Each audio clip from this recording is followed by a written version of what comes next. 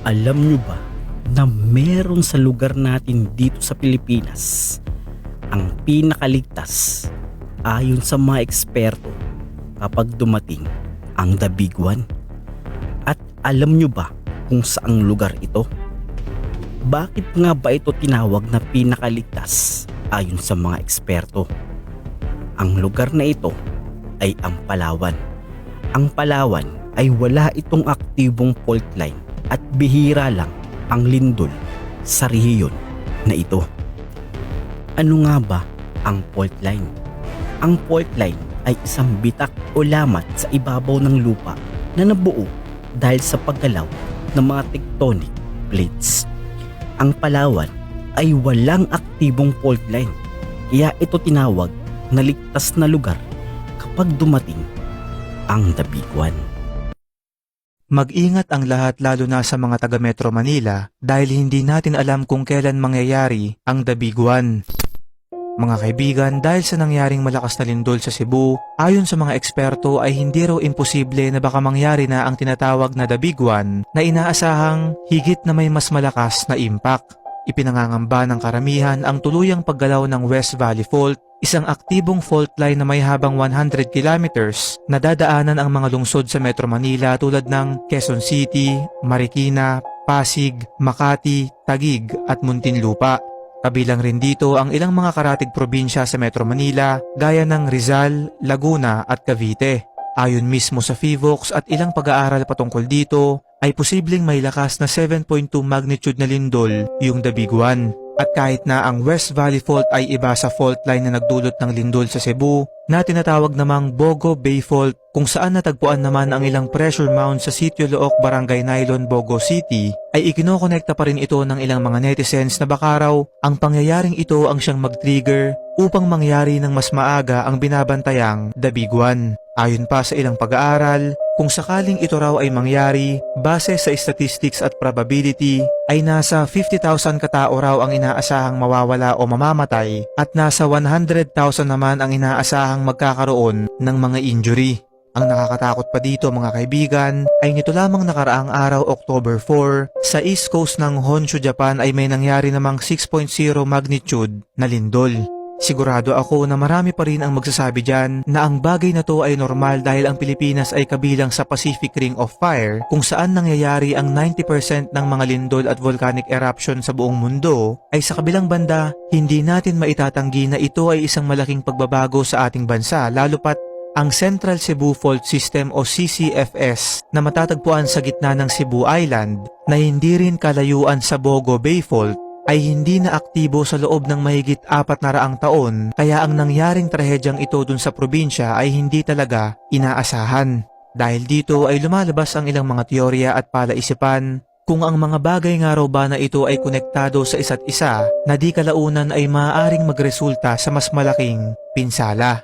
Ikaw kaibigan, ano ang masasabi mo sa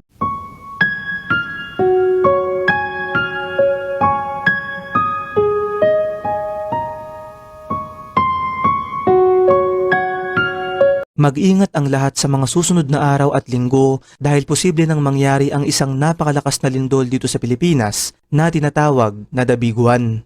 PHIVOLCS nagpapaalala po sa atin na seryosohin ang banta ng The Big One o yung posibleng pagtama ng magnitude 7.2 na lindol dito sa ating bansa. Mga kaibigan, dahil sa nangyaring 7.7 magnitude na lindol sa Myanmar at Thailand nito lang March 28, ay pinangangamba ng PHIVOLCS ang pagdating ng The Big One o ang paggalaw ng West Valley Fault Line kung saan matatamaan ang buong Metro Manila kasama na ang mga karatig probinsya nito.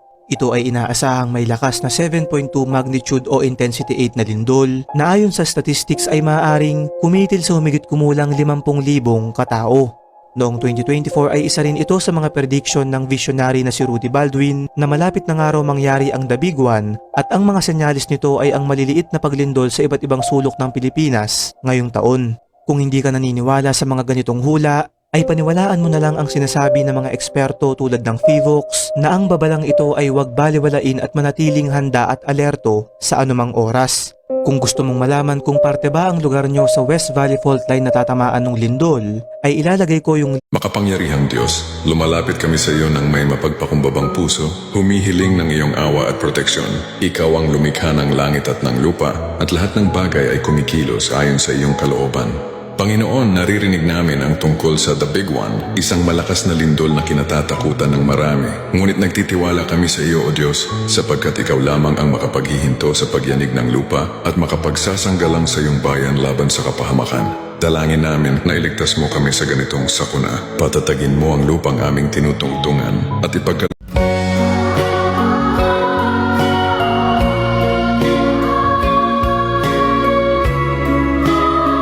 Countdown, 3K na lang! 3K na lang! Woo! Ay, 2K na lang! 2K na lang, sis! 2K na lang! 2K na lang! OMG! 1K na lang! 1,000 na lang! 1,000 na lang! Ooh! 600 na lang! 400 na lang! Woo! 400 na lang! Totoo na to. 200 na lang! 200 na lang! Uy! 100 na lang! 100 na lang! 100 na lang! 100 na lang! Ayun na lang. Ayun na! Ano? Oh my God! Ilan na lang yan? Ito na yun. Walang kukurap. 1 million na. Ano ka? Uy! 1 million na! 1 million na! 1 million! Matapos ang lindol noong September 30 sa lalawigan ng Cebu, nakaranas tayo ng mas higit 6,000 aftershocks. Ang mas nakakaalarma pagkatapos ng lindol, ang mga bulkan sa Pilipinas at Indonesia ay nagsimulang pumutok ng sunod-sunod. Tila nagigising ang Pacific Ring of Fire. Maraming propeta at eksperto sa buong mundo ang nagbabala na darating na ang isang napakalakas na lindol, isang super quake. Inihula na ito ng Biblia. Lilindol sa iba't ibang dako, magtatagutom ang mga bagay na ito'y pasimula ng kahirapan. Nagsisimula na ang malaking kalamidad, kaya paano tayo maliligtas at mananatiling matatag kapag dumating ang malaking kalamidad? Narito ang 3 bagay na dapat nating gawin. Una, bumuo ng tunay na relasyon sa Diyos. Sabi ng Diyos, aking iniligtas tungo sa kawalang hanggan ang mga nagmamahal sa akin, sa kanilang mga puso ng higit kaysa lahat ng iba pa. Ang mga nakakaunawa sa aking mga layunin at sumusunod sa akin hanggang sa katapusan ng daan. Kapag inuna mo ang Diyos, gaano man kalakas ang bagyo sa labas, mananatili sa iyo ang kanyang kapayapaan.